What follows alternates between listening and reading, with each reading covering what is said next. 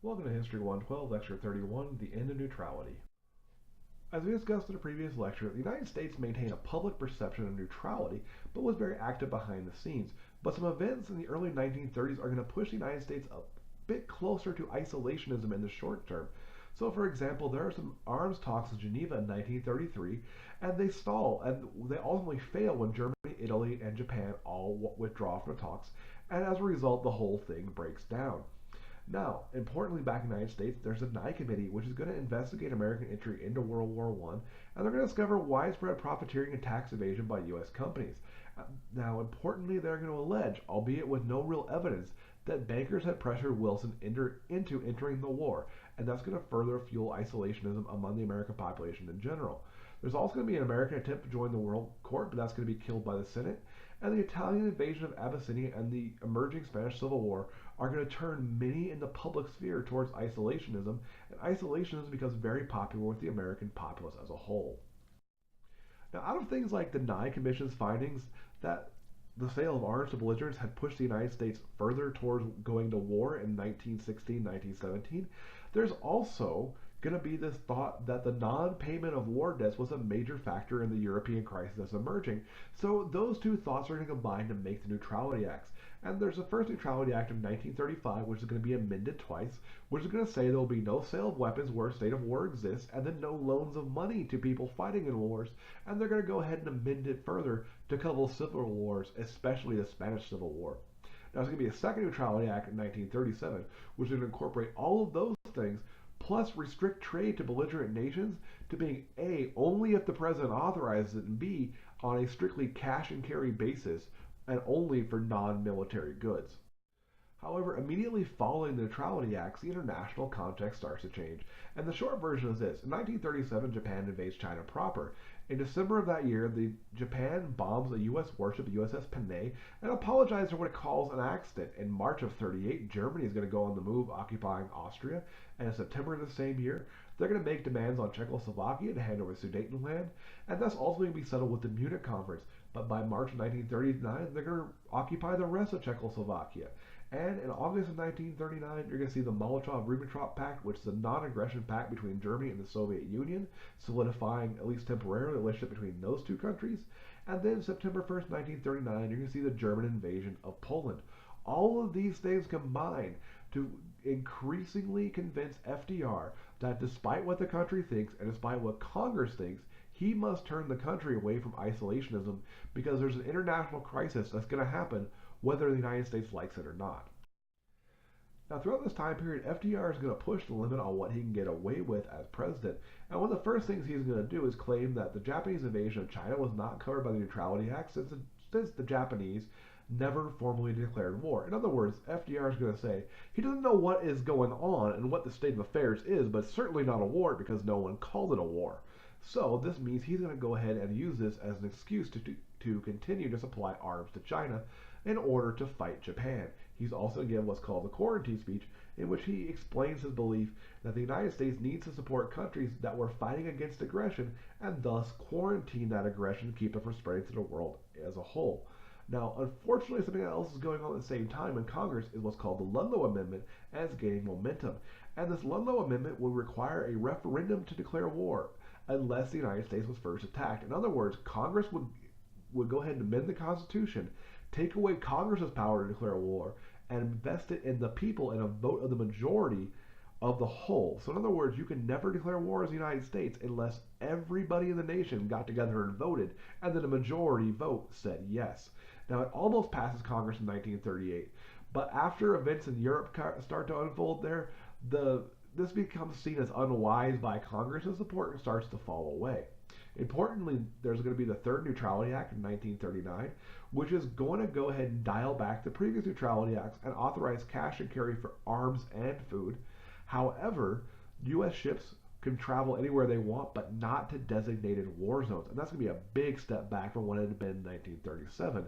And at this point, FDR goes ahead and gives what's called the Arsenal of Democracy speech, where he explains that the United States' great role is to be the arms supplier to the democracies of the world who are going to fight against fascist or imperialist aggression.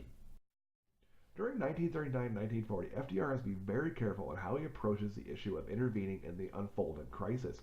And this is because not just of things like the Neutrality Act and maintaining the support of his party. The problem for FDR is he is going to run for a third term. Now, prior to FDR, no president has successfully done this. But FDR is going to walk a very careful line with a goal towards re-election. And once re-election is over, then he's going to become a little more liberal in what he does. And we have to understand that isolationism is far from dead even in 1940. There's the America First movement, which is strengthened somewhat by the invasion of France, because in May of 1940, German tanks come across the border and France surrenders within 6 weeks. There is the Battle of Britain, where radio broadcasts are turning public opinion because of all the bombing and what they're seeing happen to civilians.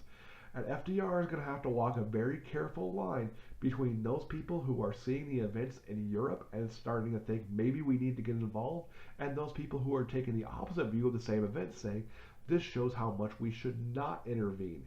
And FDR has to be very careful.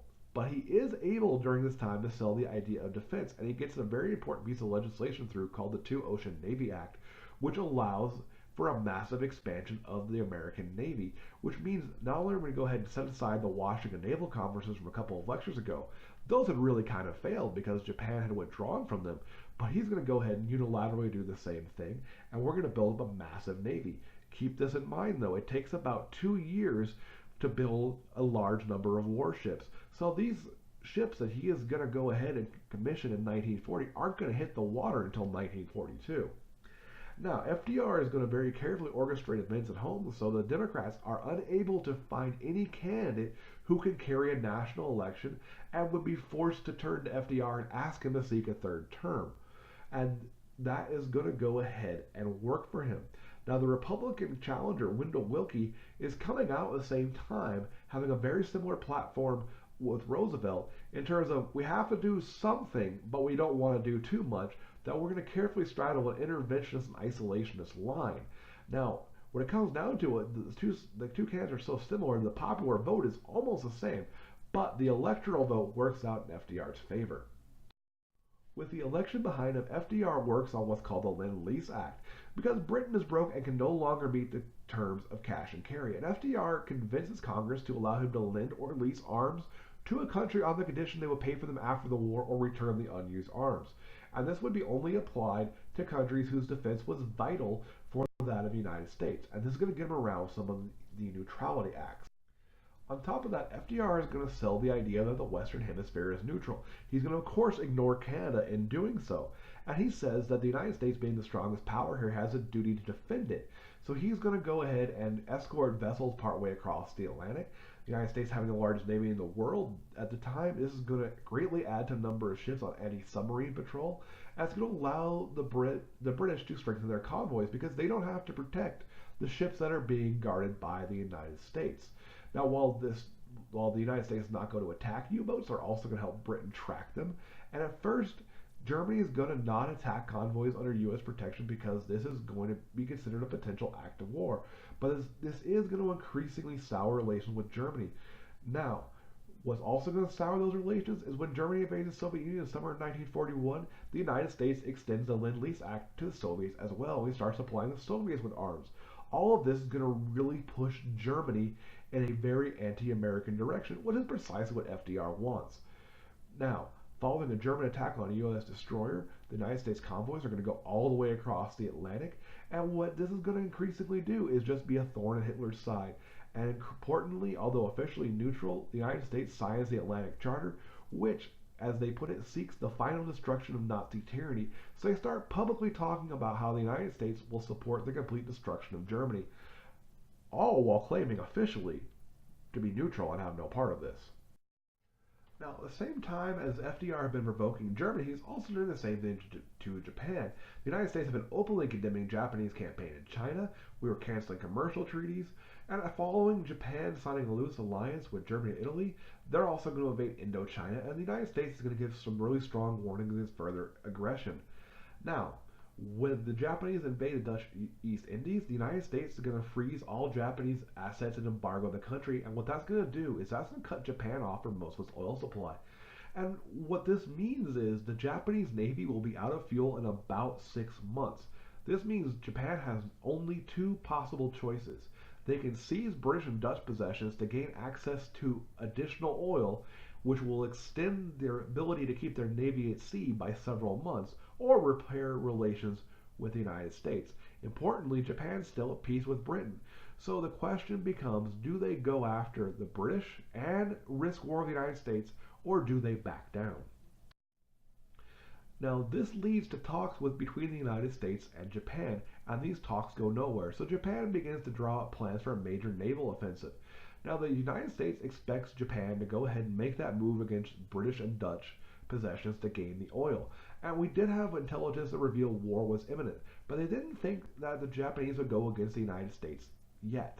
Now, the U.S., as a result, is caught by surprise at Pearl Harbor on December 7th. And what Japan did was they believed that this attack would gain them the time to act in Asia, and in order to get entrenched, but because it would take several months, if not a couple of years, for the United States Navy to recover, and this would force the United States to accept their territorial gains. Now, at the same time as they attack Pearl Harbor, only a mere 8 hours later, Japan moves on Hong Kong and takes possession of major British possessions. Both Britain and the United States declare war as a result. Importantly for the United States, Germany has been provoked quite a bit, and when their ally Japan goes to war, Germany decides to join in.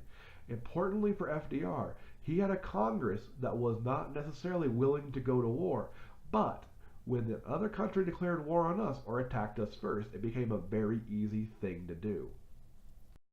So what's the big idea here? Well, first and foremost, the American population and the U.S. Congress do not want war, but FDR is going to actively provoke Germany and Japan. And he's going to try to put both sides into a situation where they would have to slow or stop their aggression or declare war on the U.S. Ultimately, the Japanese attack and the German declaration of war are going to end almost all opposition to the United States joining this conflict. See you in the next lecture.